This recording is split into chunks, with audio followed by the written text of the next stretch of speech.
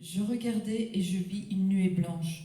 Et sur la nuée était assis quelqu'un qui ressemblait à un fils d'homme.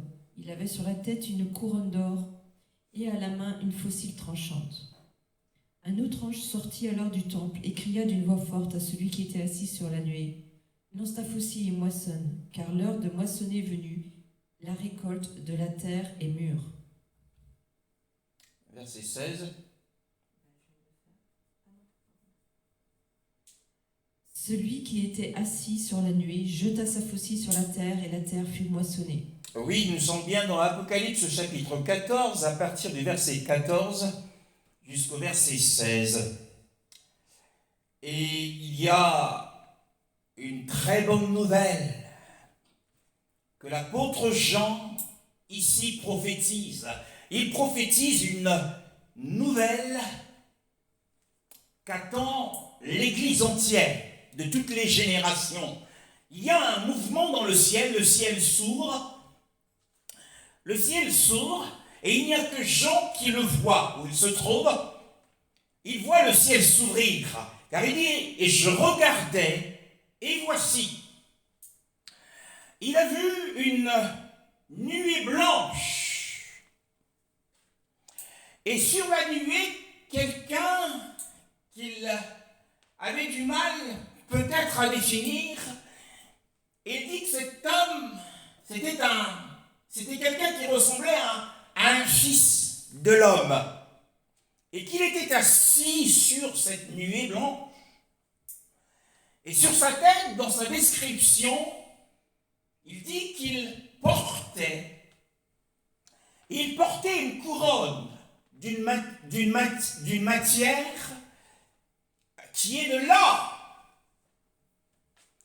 Cette couronne était d'or et qu'il avait dans sa main, sans doute sa main droite, une faucille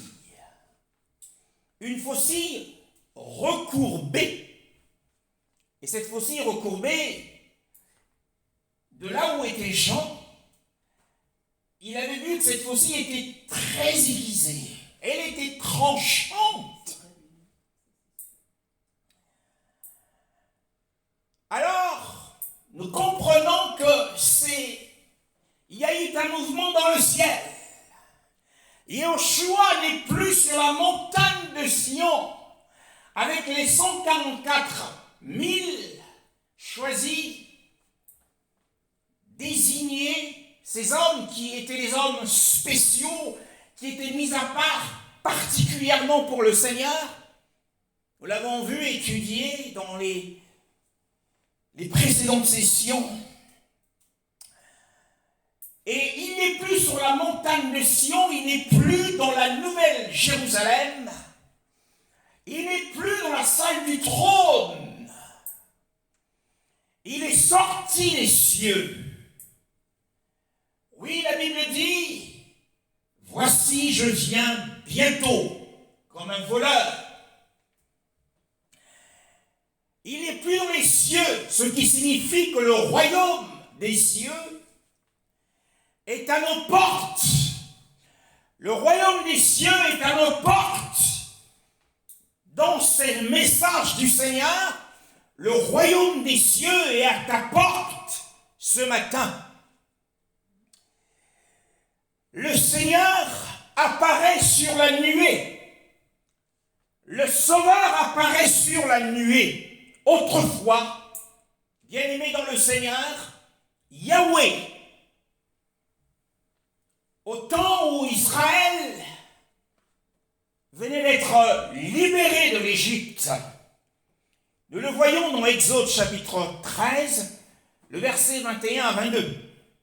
L'Éternel allait devant eux, le jour dans une colonne de nuée pour les guider sur le chemin, et la nuit dans une colonne de feu pour les éclairer, afin qu'ils puissent marcher jour et nuit.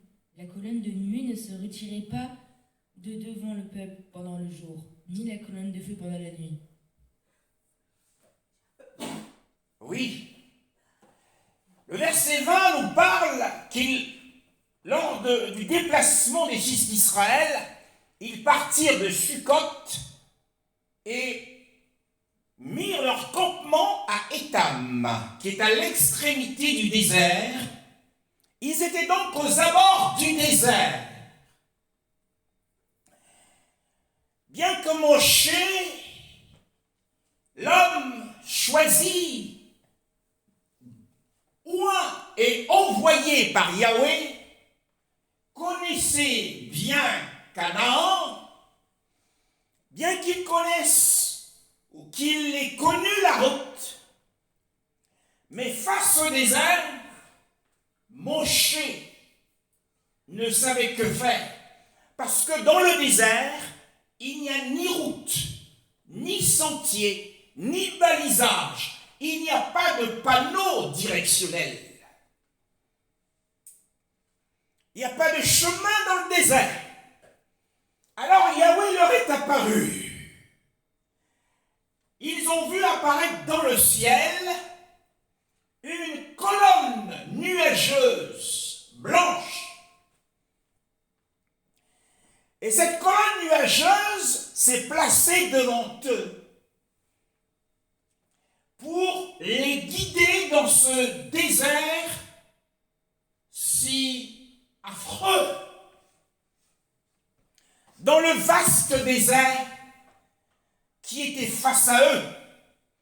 Ils avaient besoin d'être guidés pour ne pas se perdre, pour ne pas s'égarer. Parce que dans le désert, nous l'avons dit, il n'y avait point de route.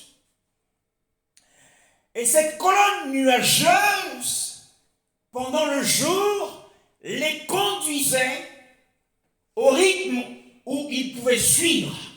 Parce que dans cette grande communauté d'Israël, il y avait les femmes enceintes et il y avait les femmes qui allaitaient. Alors la colonne de nuée y allait au rythme des pas des femmes et des plus faibles. Il y avait aussi les vieillards. Et cette colonne de nuée, pendant la nuit, alors qu'il faisait sombre, se changeait en flamme, devenait une colonne de feu pour leur apporter de la lumière, pour leur apporter de l'électricité et pour pouvoir bien voir. C'était une colonne qui les conduisait dans sa sagesse infinie et qui désignait pour eux le lieu où ils devaient camper, l'emplacement de leur campement. Si nous sommes comme eux, eh bien nous serons de la même manière conduits par le Seigneur. Et ils voyaient tangiblement, concrètement, cette nuée, ou cette fumée blanche. Qui dit nuée, dit fumée blanche. Lorsque nous regardons dans le ciel, nous voyons un amoncellement de nuées ou de fumée blanche, appelé nuage. Et le Seigneur était dans la nuée. En réalité, la nuée était le véhicule, était le char dans lequel la majesté divine avait siégé. C'était le tabernacle de Yahweh. Et Yahushua est notre tabernacle. Il a revêtu la chair humaine et il a habité parmi nous. Il est appelé Emmanuel, Elohim parmi nous. Et nous voyons aussi sur la montagne de transfiguration, dans Matthieu chapitre 17, le verset 5, ces propos. Comme il parlait encore, une nuée lumineuse les couvrit. De la nuée, une voix fit entendre ces paroles. Celui-ci est mon fils bien-aimé, qui a toute mon approbation. Écoutez-le. Alors, on peut aussi lire le verset 3 pour bien comprendre. Le verset 3. Le verset 3. Oui. Et voici que Moïse et Élie leur apparurent et s'entretenaient avec eux. Le verset 8. Ils levèrent les yeux et ne virent plus que Jésus seul. Voilà, ils levèrent les yeux et ne virent plus que Yoshua tout seul.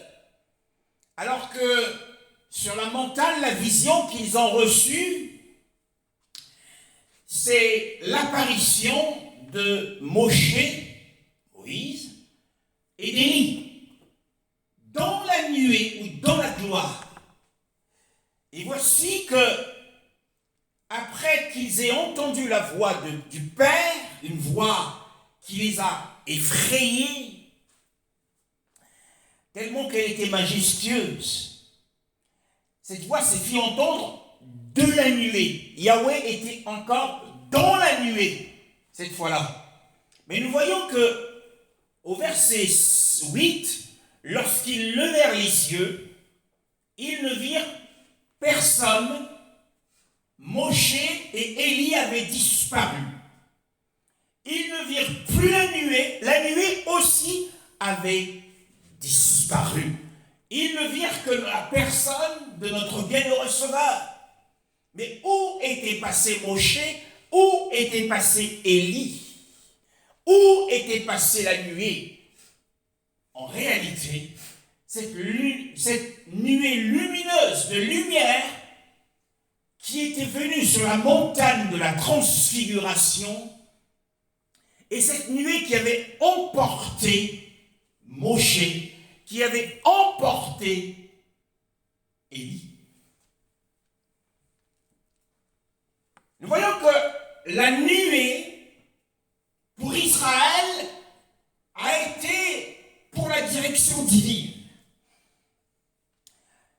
Et sur la montagne de la transfiguration, cette nuée dans laquelle se trouvait la voix de Yahweh, du Père, c'est la même nuée qui a emporté Moshe et qui a emporté Élie, qui les a fait disparaître.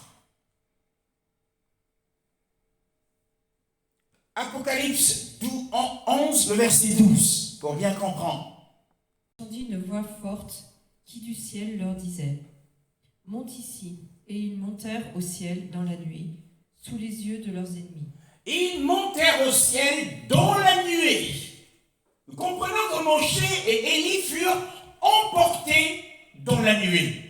Et nous voyons ici que les deux témoins, dans les temps à venir, lorsqu'ils seront suscités par le Seigneur, ils seront aussi élevés dans les airs et dans les cieux, dans la nuée.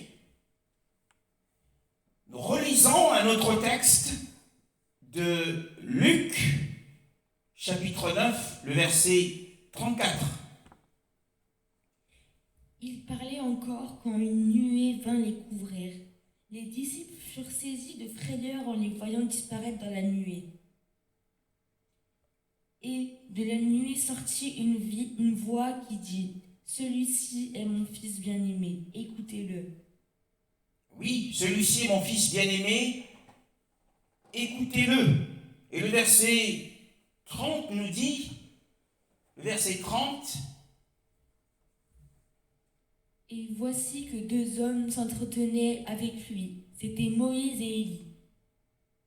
Ensuite, Apparaissaient dans la gloire. Il parlait de son prochain départ qu'il allait s'accomplir à Jérusalem.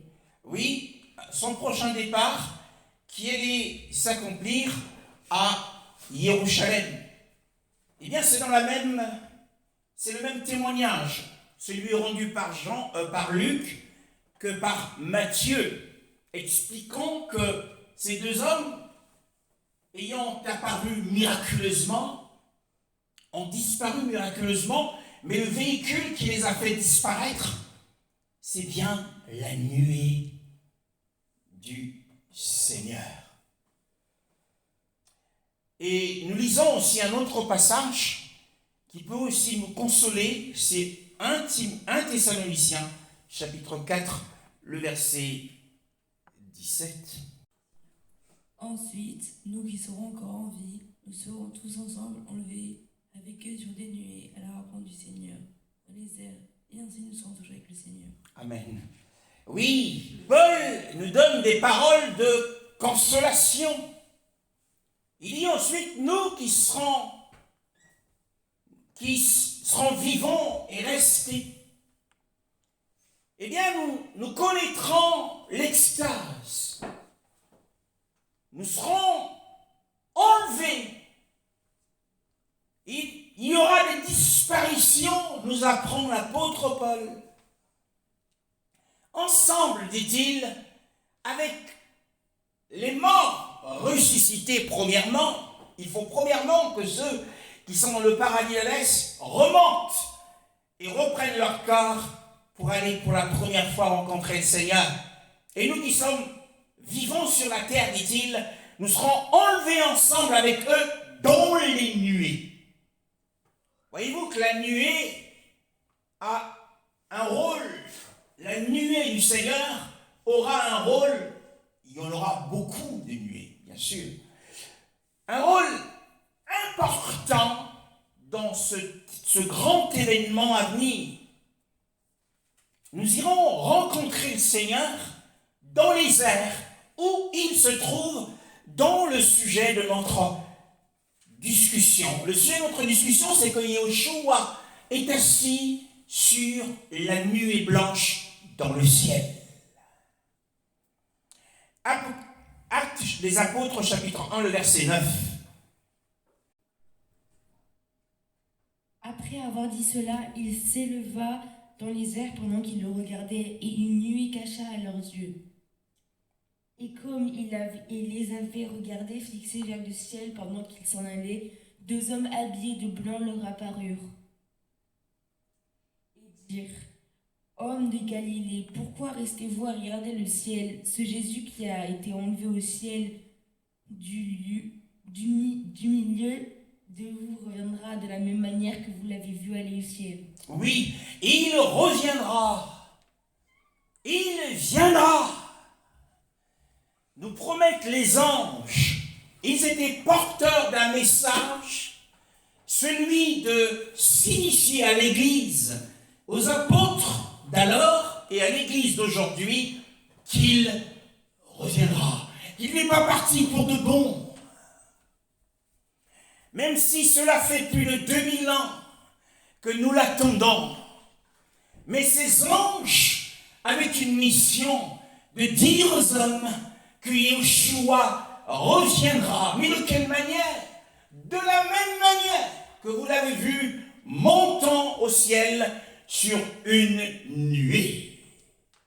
Car le verset 9 le précise bien, après qu'il lui dit ces choses, dans ses dernières paroles, pendant qu'ils l'observaient, l'admiraient, ils admiraient le ressuscité. Ils avaient cette grâce de le voir dans son corps de résurrection.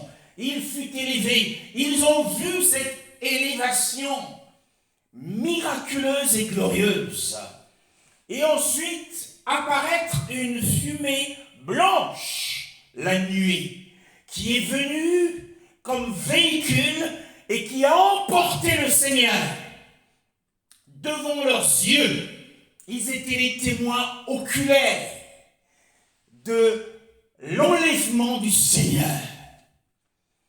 Et ainsi se fera l'enlèvement de l'Église. Des nuées nous emporteront dans les cieux pour le rencontrer. Et les anges dirent: il reviendra de la même manière. Et un autre passage confirme le message des anges. C'est dans l'Apocalypse chapitre 1, le verset 7. Voici qui vient avec les nuées. Tout œil le verra, même ceux qui l'ont transpercé. Et toutes les familles de la terre pleureront amèrement sur lui. Oui, Amen. Amen. Oui, nous voyons que les nuées ou la nuée est le char céleste de notre Sauveur. Et le voici qui revient. Ici, il est dit, il est annoncé, il est prophétisé par Jean. Voici, il vient avec les nuées. Et tout œil le verra. Tout œil, tout homme sur la terre le verra. Mais nous n'en sommes pas encore là. Mais pour nous, Yeshua est monté au ciel dans une nuée. Il reviendra dans la nuée étant son char. Nous retournons à notre texte d'Apocalypse 14, le verset 14. Il nous est dit qu'il était semblable à un fils de l'homme. Alors nous voyons qu'il reviendra non pas en tant qu'agneau, car sur la montagne de Sion, avec les 144 eunuques, il est l'agneau. Mais lorsqu'il quitte le ciel et s'assoit sur la nuée, sur son char céleste, il est appelé fils d'humain. C'est son caractère lors de son retour, dans sa nature d'homme, mais homme ressuscité. Comme il est dit ici dans Matthieu chapitre 24, le verset 30. Alors le signe de Fils de l'homme apparaîtra dans le ciel. Tous les peuples de la terre se lamenteront, et ils verront le Fils de l'homme venir sur les nuées du ciel, avec beaucoup de puissance et de gloire. Oui, avec beaucoup de puissance, avec une gloire incommensurable, une gloire indéfinissable, un poids de gloire éternelle. Alors apparaîtra un signe dans le ciel. Quel est ce signe? Les Juifs, du temps du parcours de notre Maître, lui demandèrent un signe du ciel, un signe venant dans le ciel. Et le signe, cette demande leur fut refusée. La demande fut rejetée. Mais plus tard, lors de son avènement, la Bible nous dit qu'un signe apparaîtra dans le ciel. Et nous pensons que ce signe ne sera autre qu'une grande et immense croix lumineuse qui apparaîtra dans le ciel pour confondre Israël et pour l'emmener à se frapper la poitrine d'avoir, lui, livré le Fils d'humain. Car toutes les tribus de la terre se frapperont la poitrine de chagrin lorsqu'ils verront le Fils d'humain venant sur les nuées du ciel, sur son char, les nuées. Mais, encore une fois, nous ne sommes pas encore sur cette manifestation visible du Seigneur. Mais la nuée sur laquelle se tient notre Maître, dans Apocalypse 14, le verset 14, cette nuée est invisible. Elle n'est pas visible comme nous venons de le lire, où tout œil le verra, où toutes les tribus se lamenteront. Non, cette nuée sur laquelle est assis le Fils de l'homme est une nuée qui ne sera pas visible pour l'instant. Pour l'instant. Pourquoi? Eh bien parce qu'il dit « Je viens comme un voleur dans la nuit ». Lorsqu'un voleur ne se fait pas, eh bien il n'annonce pas la couleur. Il ne dit pas qu'il viendra. Il vient en secret pour dérober ce qu'il y a de plus cher.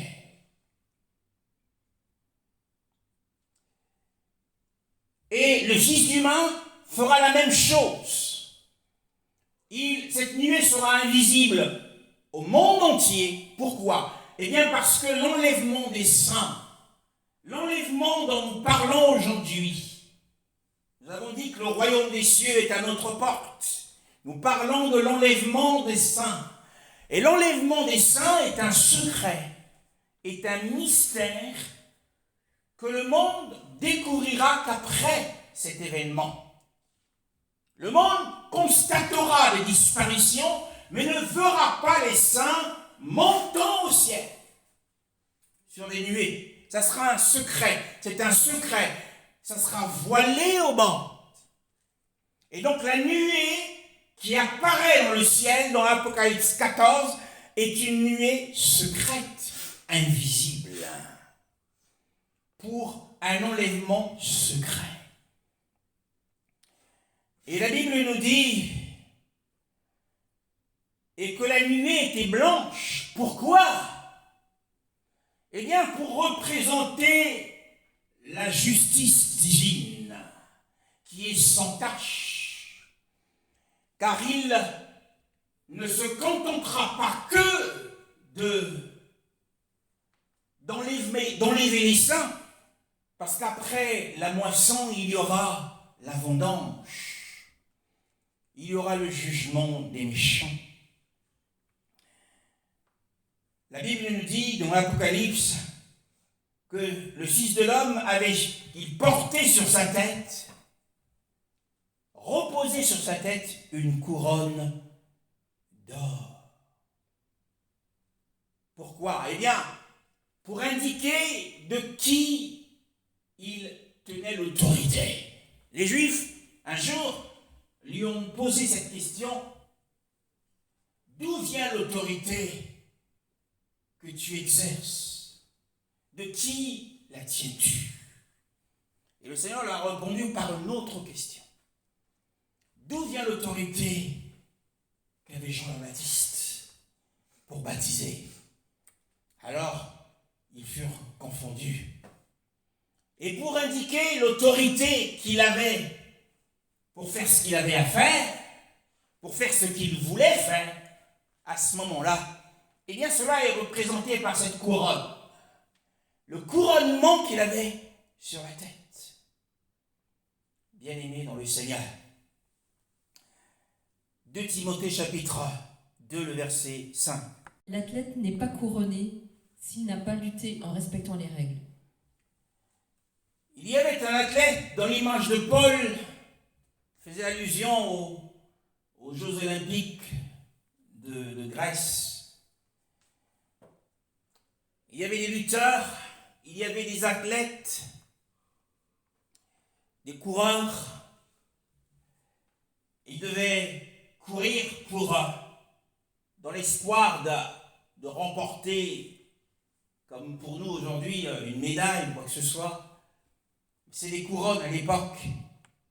Il fallait qu'ils courent selon les règles établies ou dans la ligne où ils devaient courir. Comme sur des pistes, ils devaient être sur cette piste et ne pas s'en écarter. Mais nous aussi, nous devons aspirer, si nous aspirons à la maîtrise. En fait, dans une autre version, il dit « Celui qui aspire à la maîtrise sera couronné. Celui qui lutte selon les règles de la parole, il finira par à recevoir la couronne de la vie. Celui qui aspire à maîtriser ses émotions fortes, qui aspire à maîtriser la colère, il aspire à maîtriser les convoitises de son cœur, ne pas céder à ses convoitises, eh bien celui-là sera couronné. Comme notre maître, il a lutté contre le monde et il a remporté la victoire. Il a dit, j'ai vaincu le monde. À quel moment l'avait-il vaincu? Eh bien, il avait vaincu le monde d'abord dans le désert. Il a vaincu le système religieux des Juifs dans son opposition aux Juifs. Il a vaincu le diable à Gethsémani. Il a vaincu la mort à la croix. Et 3 jours plus tard, il fut ressuscité. Et nous le voyons dans l'Apocalypse chapitre 14, assis et couronné. Il a lutté selon la règle. Et il a remporté la victoire. Et nous aussi, nous devons lutter tous les jours. Nous luttons contre le péché. Nous luttons contre les corruptions de notre cœur. Luttons contre les faiblesses de la chair. Dans quel but? Dans le but de remporter la couronne de vie qui nous est proposée sur le chemin, pourvu que nous puissions demeurer sur le droit chemin, que nous ne puissions pas nous en écarter pour aller dans le monde, nous en écarter en tombant scandaleusement dans le péché. Bien-aimés dans le Seigneur, Hébreux chapitre 2, le verset 7. Elle a baissé pour un peu de temps, en dessous des anges. Tu l'as couronné de gloire et d'honneur et lui as donné la domination sur ce que tes mains ont fait. Oui, nous le voyons alors couronné sur cette nuée. où il est assis, il est couronné de gloire. Et c'est vraiment un présage. Le fait qu'il soit assis sur la nuée est un présage de bénédiction, non seulement pour l'Église, mais aussi pour la manifestation du royaume qui est aujourd'hui dans le mystère, pour que nous puissions entrer dans le royaume millénaire. Il est déjà couronné pour le royaume pour lequel nous sommes en train de lutter aujourd'hui.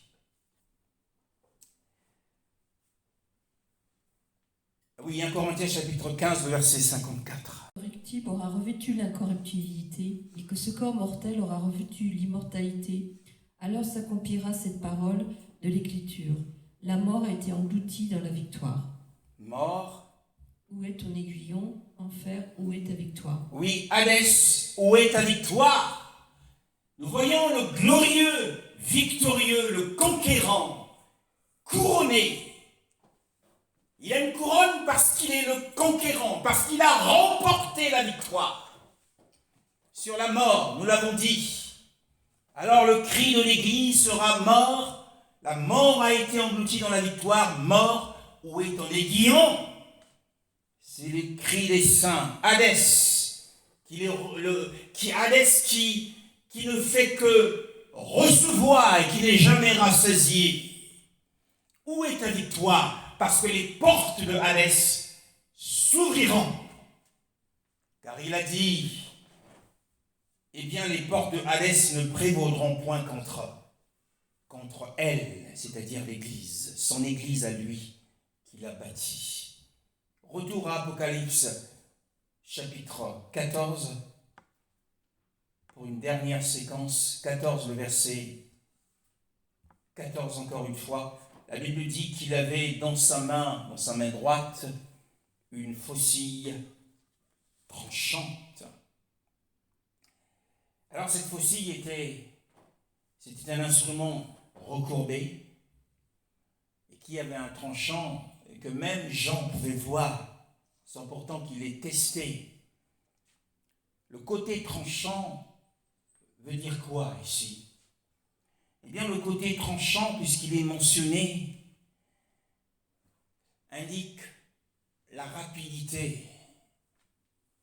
L'autre jour, j'étais en train de tondre la haie. Le haie que j'avais, en fait, ne coupait pas comme il fallait. Je mettais beaucoup de temps à couper la haie et à la tondre comme il faut. Et j'ai dû changer de taille haie. Et j'ai pris une taille haie qui avait plus de puissance. Et quand je m'en suis servi, et ça a coupé rapidement les arbustes. Et donc, le côté tranchant nous permet de couper rapidement quelque chose. Vous avez une branche, et si vous avez un coupe-coupe qui n'est pas tranchant, vous mettrez beaucoup plus de temps que celui qui a un coupe-coupe beaucoup plus tranchant qui le fera rapidement. Donc le côté tranchant, nous l'avons dit, indique la rapidité de l'œuvre, du travail. Donc il avait cette faucille tranchante pour moissonner rapidement, en un clin d'œil, la moisson de la terre. Donc l'enlèvement de l'Église se fera rapidement. Donc le côté tranchant indique la rapidité de l'œuvre, de l'événement qui aura lieu bientôt.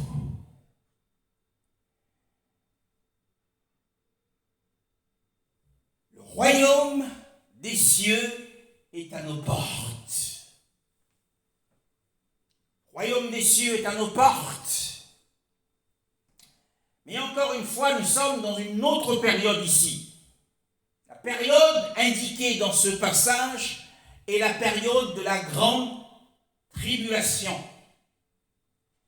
et concerne le reste de l'Église, concerne les Juifs qui ont eu foi en Yeshua, concerne le reste de l'Église laissée pour compte, concerne les saints qui n'étaient pas prêts, mais qui sont laissés en arrière et qui traverseront la grande tribulation.